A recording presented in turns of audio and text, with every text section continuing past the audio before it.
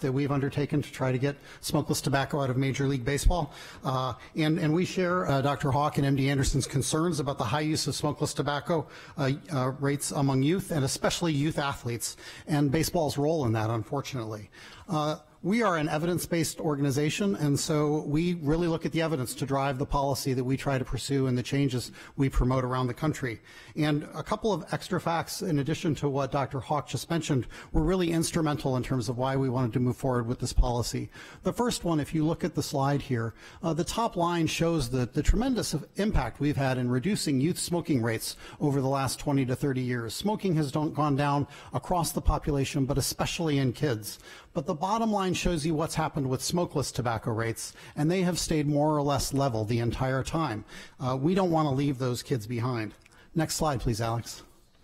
And then another part of this here is that when you look at what the use rate is among youth athletes, it's more than twice as high as what it is among the general non-athlete population in high school. So Dr. Hawk, you referenced 18% among high school seniors here in Texas. It's likely that among athletes that rate could be as high as 30%. Nationally, it's a doubling. It varies from state to state. But that's just too high, and we shouldn't leave those kids behind. Next slide, please. I'm sorry, back one, Alex. All right, so in 2011, we decided to really try to address this issue, primarily first with a PR campaign. We called it Knock Tobacco Out of the Park. We created a web page. We started a letter writing campaign. We got members of the U.S. Senate to write a letter to Major League Baseball. We got 15 health commissioners from around the country, from 15 of the 30 MLB cities at the time, brought a lot of attention to the issue. Alex, next slide. Sorry, forward. There you go. So as a result of that effort, we did make some progress. The 2011 collective bargaining agreement between the players and the league agreed that tins and pouches of tobacco could no longer be carried on the field. I don't know how old you all are, but I remember the round shapes in the back pockets. You can't have that anymore. Pitchers can't pull out a packet on the mound and pack their mouth with tobacco. And they also can't use smokeless tobacco during TV interviews. But unfortunately, players could still use it on the field, and that was having an impact on the kids who were watching their heroes play.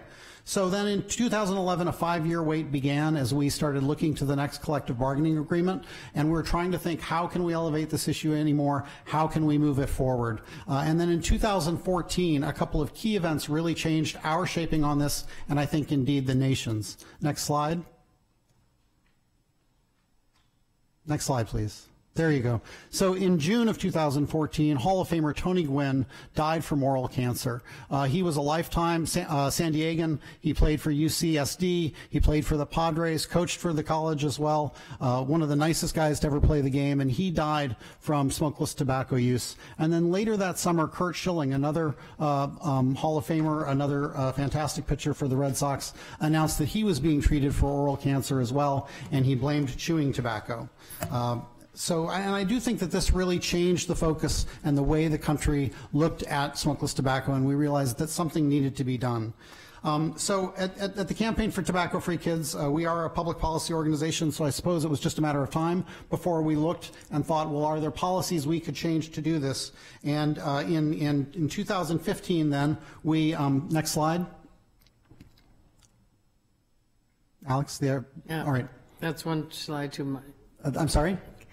They jumped ahead. I said that's all right. That's all right. So we relaunched this campaign and tried to put a public policy focus on it. We reached out to all of our partners, confirmed that they were supportive of taking that approach as well. Lots of national youth advocacy organizations and health organizations signed on board, and then we began this effort in earnest to really get tobacco out of the game.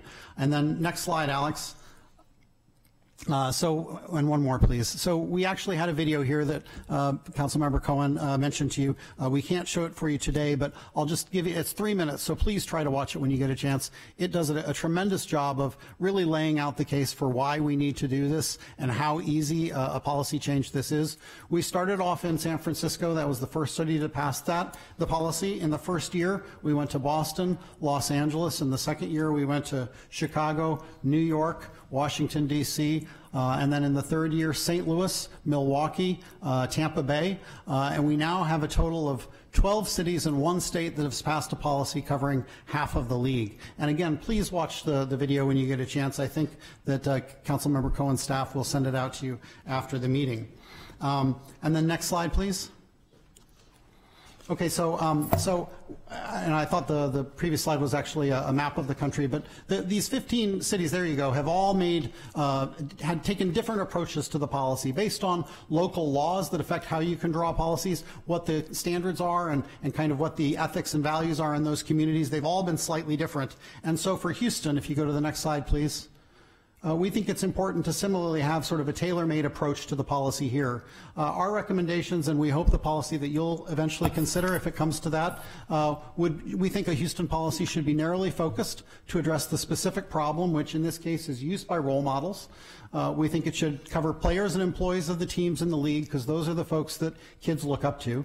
We don't believe that it should cover fans. We think it should only cover pro teams and stadiums, and that it would only cover smokeless tobacco, because indeed that's the real issue here. That's the sort of the razor sharp approach. And we hope that a policy comes before you and that you'll be able to support it in the near future. Next slide, please. If you would have seen the video, you would have seen video of Curt Schilling talking about his support for the policy.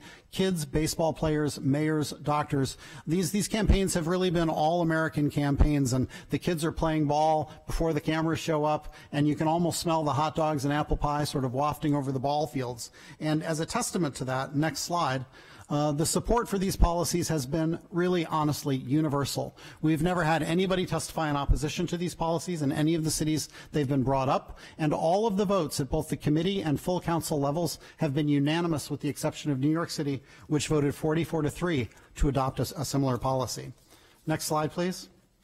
Also, the league strongly supports this. In 2011, they announced that they have strongly supported the elimination of tobacco use.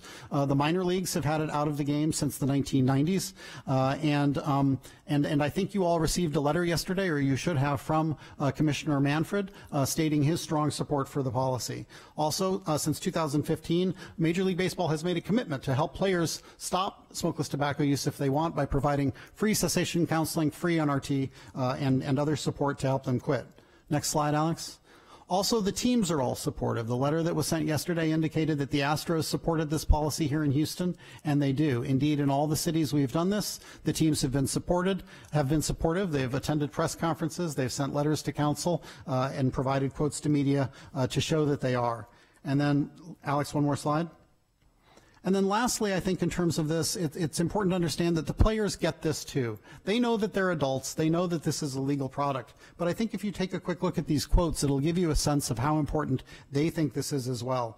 The Mets' David Wright, I'll just read one of them, said, "On one hand, I would argue we are adults, and that's a choice we choose to make. And we are role models, and the last thing we want is for an underage kid to begin using because they watched their favorite players do it." And I think that's really the crux of this policy. And then last slide, please. So there's also strong local support. This is an indication of some of the organizations, large and small, from the city of Houston that are engaged in healthcare and public health issues and in the community, who strongly support this policy and would urge you to support it when it comes forward. All right, last slide, Alex. And so Dr. Hawk and I are available for any questions that you may have. We really do appreciate the time today and your thoughtful consideration of this. Well, thank you very much. Really, that was an excellent presentation. We're grateful to Dr. Hawk and to Mr. O'Flaherty for the presentation. And if, while we're sitting here, they get the video to go, we'll jump in and show it, because it's a very good moving testimonial. So I appreciate that, but we will get it out to my colleagues if we don't show it. And I know one of the questions is about, what about other sports groups, football, basketball, and I want to make a note that the National Football League already has a league-wide ban, as does the National Hockey League, and the basketball has not shown a problem relating to smokeless tobacco. So we're basically talking about baseball. And in fact, as I recall, Councilmember Robinson used an example of seeing your heroes with the can in their back pocket and thinking it was pretty cool, but you can tell your own story. All right, questions. Councilmember Christie. I'm excited to to support any program that can only do good. There's no downside to this whatsoever. Maybe the money makers of addictive drugs and or groceries that are addictive. If we can't take this country to a health care industry instead of a disease care industry, Medicare and Medicaid will bankrupt this country. So we've got to quit treating disease so much as preventing it, and you're going to save money, you're going to save lives. I asked one of you whether you saw the PBS special on the Mayo Clinic, and it was just phenomenal. It's just phenomenal. And their goal is health, you know. And you know as well, and Dr. Hawk, I love that name. Isn't that the lead doctor in MASH? Wasn't it Hawkeye? Yeah, that's what it was. So your name will be easy to remember. That we can prevent disease in almost every area. I asked one of you if you read the book World Without Cancer. It ends up all about prevention. And I had the author agreeing that 90% of cancer is preventable. And y'all believe that also. And I'm so excited to see MD Anderson headed in this direction.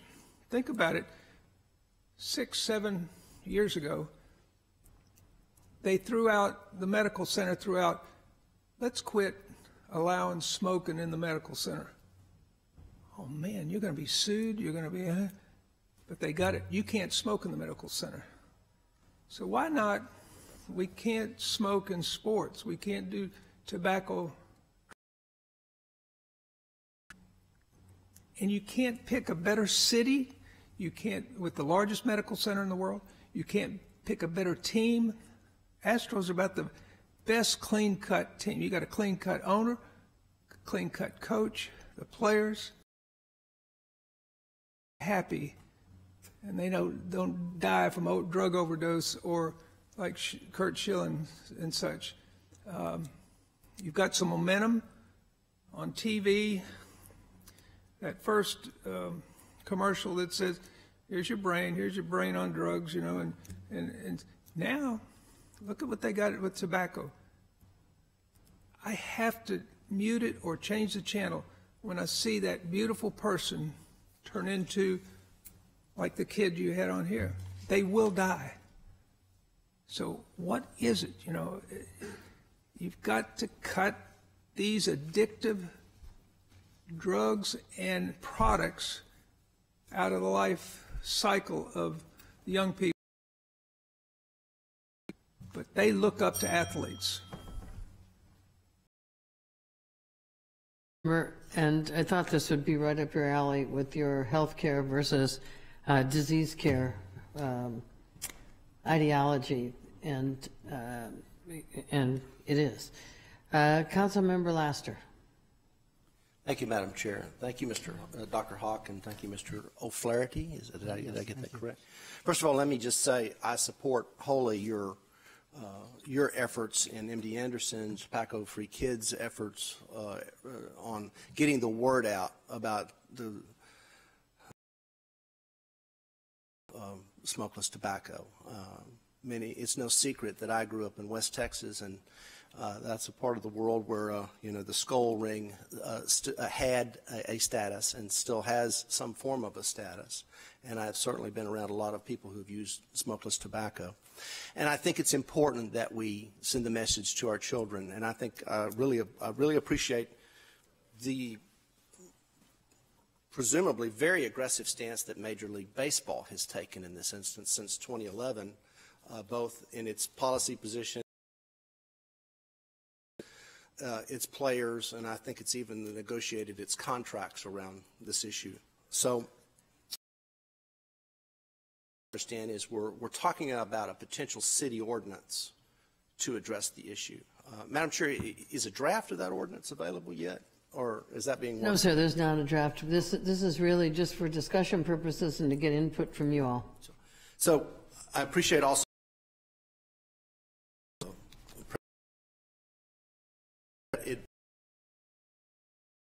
an ordinance, narrowly focused to the specific problem by role models. It said it should only cover players and employees of teams and leagues. It will not cover fans, and it should only cover pro teams and stadiums. So, given that very, can you help me understand this ordinance, if we pass it, be enforced, and against whom? Sure. Well, a couple of reasons. A couple of ways it would be enforced. One, it would be just when, and again, there's no draft of the policy, so I don't know how Houston would choose and how you would elect to pass policy with enforcement. But in most of the cities that have done this, it's been sort of along the lines of health department enforcement, penalties that are similar to what are in the local smoke-free laws in those cities as well, so they're not exorbitant. And this policy is really about encouraging and setting the law. It's not about penalties. I understand what the policy is, okay. the goals. Right. I support the goals. I'm talking about the practical enforcement of the ordinance, because sure. I'm kind of one of those guys that believes you ought not to be drafting laws if you're not intending to enforce them. Absolutely. So I envision that Team X comes to our stadium, and somebody noticed that player A is using smokeless tobacco. Will the police department or the health department go and write him a citation? Yeah, my sense would be in a case like that, and again, it would depend on the city and how you write your laws, but that there could be a complaint-driven process that the health department could, write a warning letter to the player or to the team involved. The important thing to remember here, too, though, is that as of the 2017 contract, or the 2016 contract between the players and baseball, violations of these local policies are now seen as a violation of the league contract as well. And the league has been enforcing these violations with players, sending warning letters, et cetera, to try to make sure they're complying with the law. The goal, of course, is eventually to get this out of the game in the next contract, and the more cities that adopt this policy, then that's when we'll sort of have achieved the holy grail there, that it won't be an enforcement issue and just be contract. If you put me back in the queue, but yes, I would just simply say this, I think you're doing a fantastic job with the public relations campaign that you're doing. I support that. But, I think if we were to draft an ordinance and then try to enforce it, I think that will cause more scorn on the effort than it will do to promote the good policy that you're trying to promote. I can only imagine the press about, player A received a citation. Now he's got to go to municipal court, and he's got to come back into town about that. And first of all, I don't see the police enforcing it. Councilmember, can I put you back in the queue? I'm concerned about that. Thank you. You want to go back in the queue? I might. Yes, sir. Vice Chair Robinson. Thank you, Mayor Pro Tem. And gentlemen, thank you for being here with the presentation today. I think as we've briefed about this, I have been fortunate to see the video, and I agree. It's worth seeing. It does speak personally to me as a lifelong baseball fan, an older brother who was really good at the game. Mediocre as I was always looking up to him and my fellow players, and certainly the pros that I've followed. My two favorite teams right now are I'm blessed in that they are the best two teams in baseball, between the local Houston Astros, about to repeat with the World Championship. I'm optimistic, as well as close to where I grew up in Massachusetts with the Boston Red Sox. And, I played Pee Wee League, I played Little League, I played what we called Babe Ruth League. And between those two teams, and I will mention one other personal point of contact, I have a cousin who pitched in the big leagues, whose name was actually Oral, right? I mean, not Oral Tobacco, but Oral Hershiser. And, he's now working as a voice for the Los Angeles Dodgers, where they have adopted such policies. So I will tell you, you had me at hello, you had me at play ball. I'm the at-large 2 council member. This is the legacy of Eleanor Tinsley in the history of our great city. She was the council member who very famously stood up and helped promote the first ban of smoking in Houston public parks. So I feel in some way compelled personally about that. And, if there is a true confession, I've dipped before. I know what it's about. And I know I watch the game regularly, and I see it on TV. I watch the Astros and the Red Sox pretty religiously, and I've seen recently some pros dipping. And Councilmember Laster, I think you asked a great question, and if there is follow-up, I know I've heard from these gentlemen, or perhaps from Mr. Moreno, that it's really not to be meant to be about the citation. It's about to be discouraging this as a public policy. And as a young person who felt it and saw it, and it continues to see it to a much lesser degree, but I think the leadership of our city, as Dr. Christie so eloquently said, we're a clean-cut team. We're the world champions. This is a way for us to be the first team in Texas to do it. The Rangers up the road, they're not doing it. So I personally like the approach. You described it as a scalpel, a very surgical approach, a targeted mission. We're not trying to, embarrass anybody or do anything that is going to cause a lot of fees or generating a lot of embarrassment, public shaming. We're just trying to prevent disease. And that's where I love it as a part of quality of life. This is something that I think our health department and the city of Houston, a very, surgical approach from us could help to complement our great institution of MD Anderson, and I'm all in. Thank you, Councilmember. And I would add that I agree with everything you said, except the public shaming part. I think it's the public shaming part that has helped us. For example, we can't monitor public parks in Houston if somebody lights up and is smoking. But people around can, there's a little bit of shaming going on there. Yeah, or at least... I'm saying this tongue-in-cheek with you. Yeah, I hear you. And if we're not shaming, at least we're saying, please not in my face, please not on TV, please let's try to behave like grown-ups. But the public parks is a good example. I mean, we can't have law enforcement wandering around This is the parks, ballpark after all, right? Thank you. Councilmember Laster. Again, thank you for your presentation. Thank you for your continued efforts on trying to let the public know how dangerous smokeless tobacco is. I agree with that 100%. And I support your efforts to try to get as many people not to use that and to get our young people not to use that. But I also believe that we somehow send a potentially cynical message if we just draft an ordinance that no one is ever going to enforce.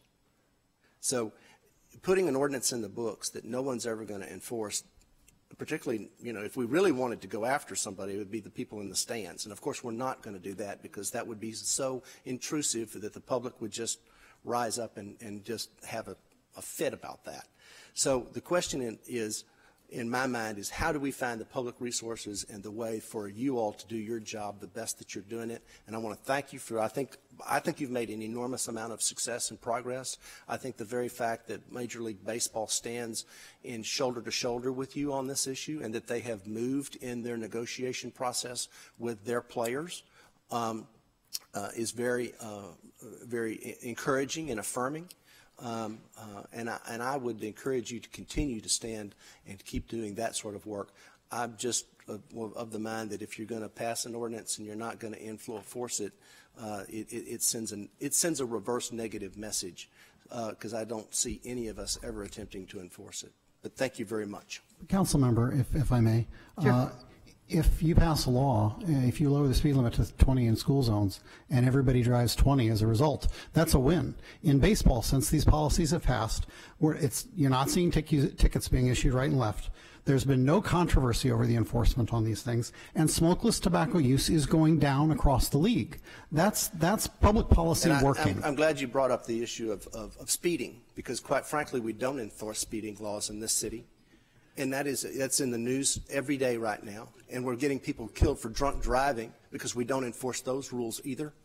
So if we're going to pass a law that the police department is supposed to enforce, then we need to give them something that they're going to enforce. So in my district, when people know that they're not enforcing the speed limit, they speed, right? So I understand part of the thinking about that, but I'm deeply concerned about the other side of that. And then therefore, that's the reason I want to be positively encouraging of your work, that you're continuing to put out the message that smokeless tobacco is dangerous. Thank you. Thank you. Thank you. And I understand your point. But the other thing we have to remember is there's a partnership in this. It's the players and the team and the owners and us. There's a group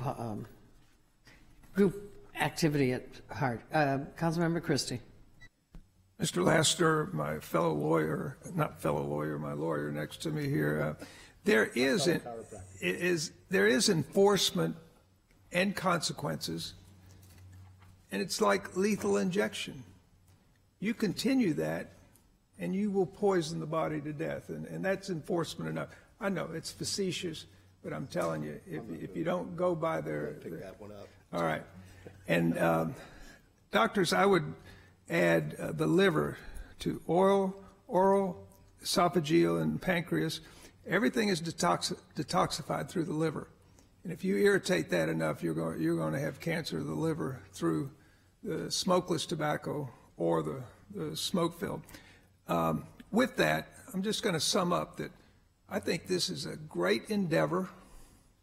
Your program and MD Anderson, you will save lives with this. So I'm going to be the first to sign whatever you present to us. Thank you, Councilmember. Staff from Councilmember Knox's office. Thank you, Madam Chair.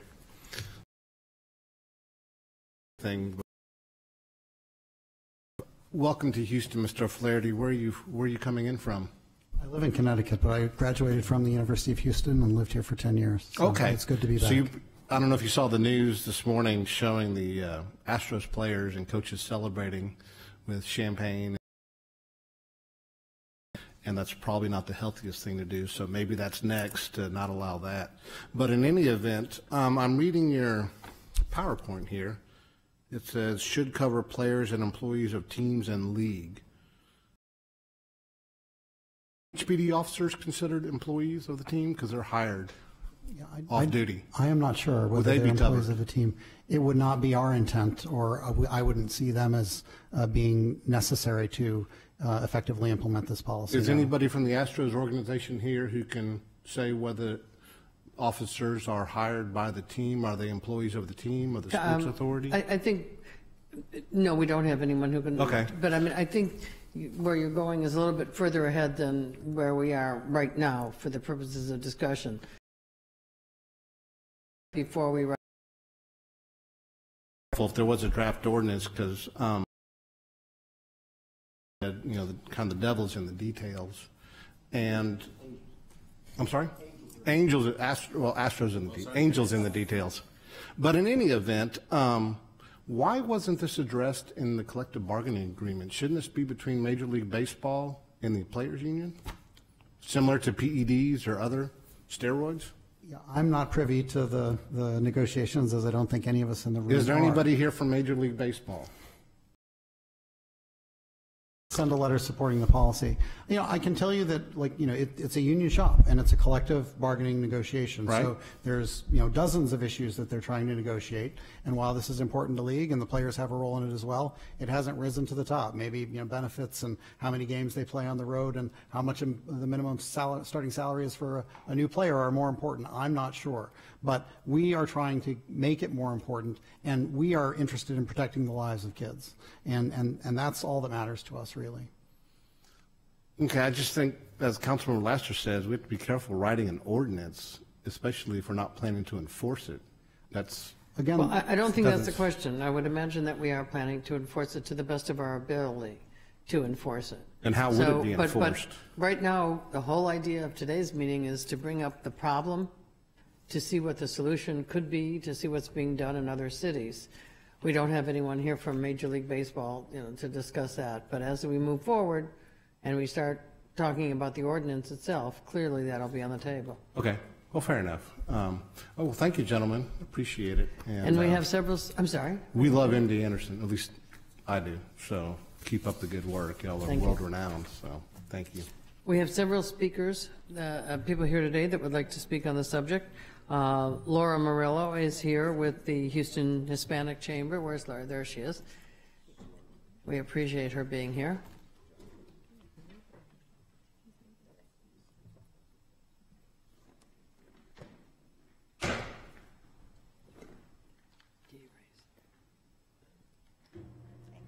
It's coming. Good afternoon, Mayor Pro Tem and council members. Dr. Laura Murillo, President and CEO of the Houston Hispanic Chamber of Commerce, and I serve on the board of MD Anderson.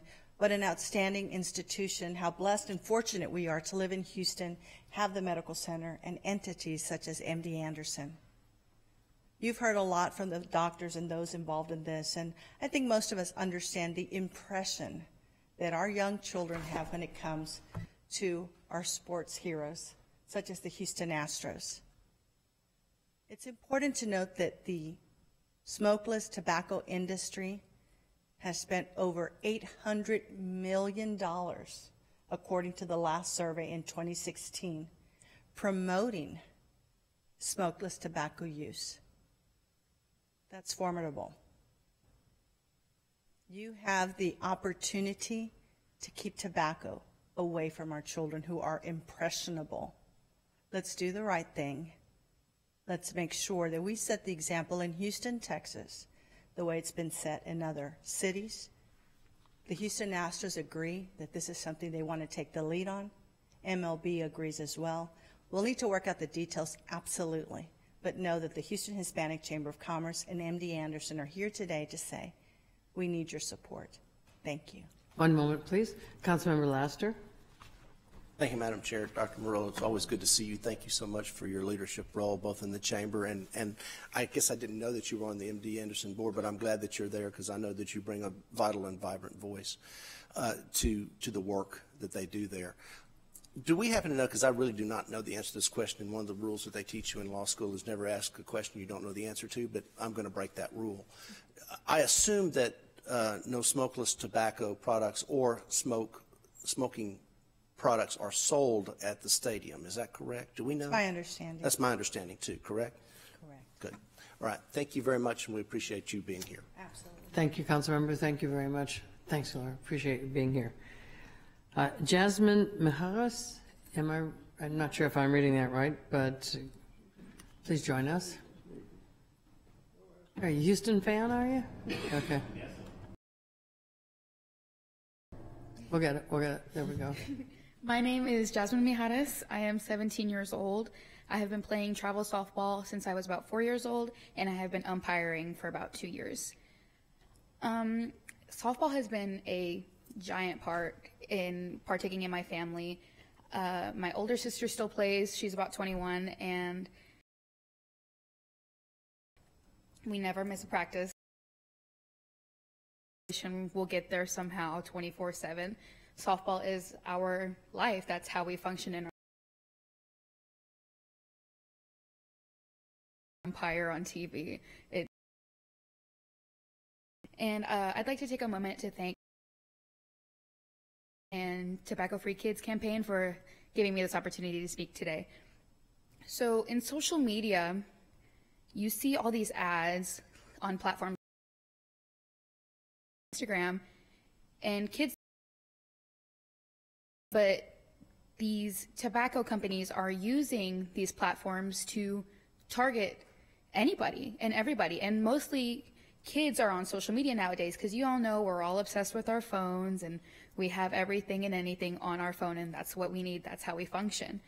And it's not just social media, it's also, I've seen it in school.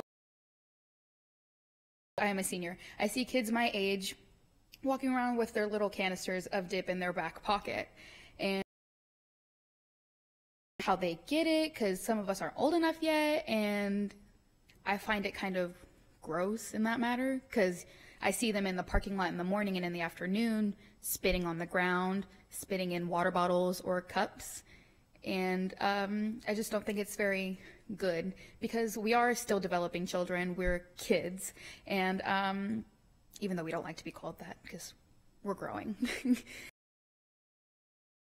And we're stopping our development by using these products.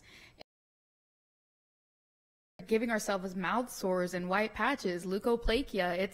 It's not good for us, and we know it's not good for us. But we see these things on social media and TV like, oh, they do it, so I'm going to do it. We're very impressionable, and we have all these things that influence us. It could be anything: TV, commercials, phone apps. It's everywhere. And like growing up in softball, I have had a million coaches. And I have had coaches that do dip on the field, and it was very impressionable to me as a 10-year-old girl seeing my coach stuff his lip with dip. And one of my coaches did end up getting cancer from dipping, and it hit me very hard because a lot of my coaches helped me grow, and I like to take constructive criticism from them, and they're my biggest influences and role models. And so I'd like to ask you for your support in knocking tobacco out of the park. Thank you so much. Thank you. Thank you for a good presentation. Two council members would like to address you right now. Councilmember Laster. Is it Ms. Mijares? Mijares, yes.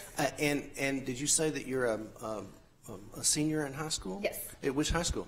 Deer Park High School, Deer Walters Park. campus. And do you play select ball? Yes. I bet you do, and I bet you pay it every day and forever and ever and ever, right? Yes. I'm proud to let you know that my eldest niece is a college-level coach of softball, and she caught the bug early on, and our family has been in the middle of softball-itis ever since. So the whole family lives through softball. So I want to thank you for being such a positive role model in that sport and playing such a crucial role for young ladies in that sport. And thank you for your very positive testimony here today. Good luck. Thank you, Councilmember. Councilmember Christie? And you're 17 years old? Yes, sir. Deer Park Deer? Go Deer. All right. That's the best presentation by a 17-year-old I've ever seen. So keep it up. And again, you could be saving lives by those commercials shouldn't be there. Drug commercials should not be on TV. And your cause is just. Keep it up. Great job, girl. Thank you so much. Thank you, Councilmember. Thank you again very much for being here. Good luck with your next game. Okay, and the final speaker is Stephen Brown. Mr. Brown?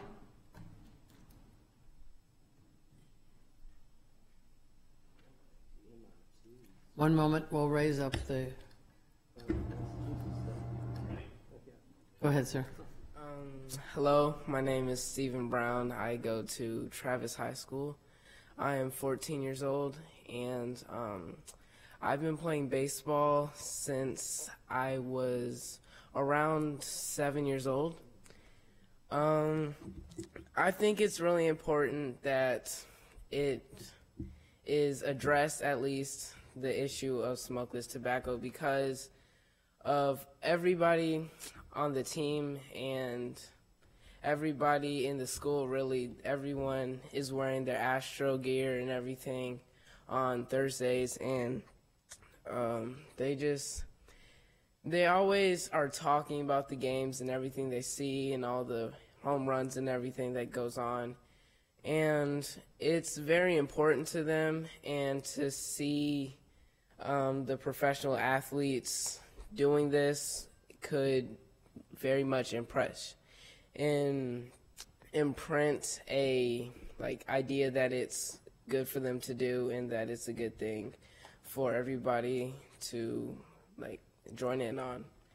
And so I just think that it should be addressed and possibly banned from Major League Baseball. Thank you, sir. One moment, please. Vice Chair Robinson. Thank you, Mayor Pro Tem. Stephen, excellent words. Thanks for your leadership. And I want to say you're affiliated with some outstanding organizations. MD Anderson, you're wearing an MIT shirt. That's an outstanding university. You're an articulate young man, and here you are speaking about the future of Major League Baseball. So my hat is off to you. You're on a roll. Keep up the good work. Well done. And thanks for bringing your message to City Hall. Thank you. Thank you. One moment. Thank you, Vice Chair. Councilmember Christie? Oh, no, I'm sorry. Excuse me. Councilmember Laster. Mr. Brown, you're at Travis High School. Is that in Fort Bend County? Yes, sir. Excellent. What year are you? I will graduate in 2022. Oh, okay. So that I can't do the Freshman reverse year. math now. Does that make you a freshman? Yes, sir. Well, congratulations. I hope you're enjoying the new beginning of your high school career. And thank you for being involved in sports and baseball. And obviously, if you're looking to go to MIT, I think you've got a very bright future ahead of you. Thank you for your presentations. And, the smokeless tobacco, having grown up around it, it's kind of a nasty habit on multiple different levels. Not only the end result as far as potential mouth cancer and problems, but, it kind of cuts down on your ability to get a smooch every once in a while too. So I want to thank you for being a wonderful advocate for not taking up that nasty habit. Thank you very much. Thank you, Councilmember. And Councilmember Christie. Age 14, good presentation. You tell your government teacher that you need an additional 100 points on your grade. That was good. That was good. Thank you. Anyone else who wishes to speak? Any other questions? Any other questions? Councilmember Knox. Yes, ma'am. I have a question, not for the speaker. Wonderful, impressive 14-year-old. But Madam Chair, do we happen to know the bargaining agreement with the Major League umpires?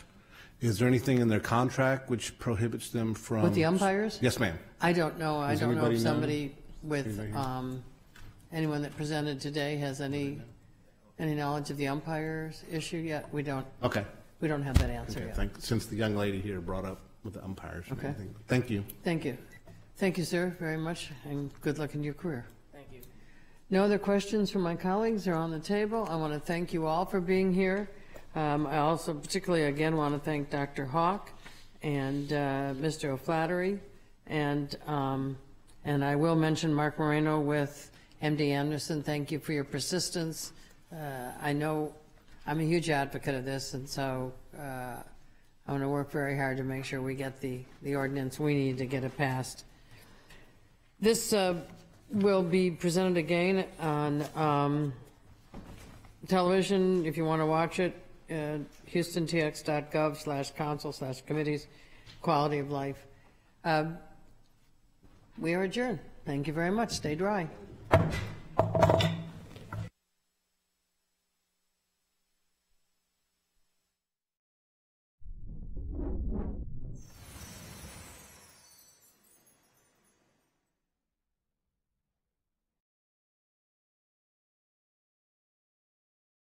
Building line in lieu of the ordinance required 20-foot building line along a local street, Jokum Boulevard.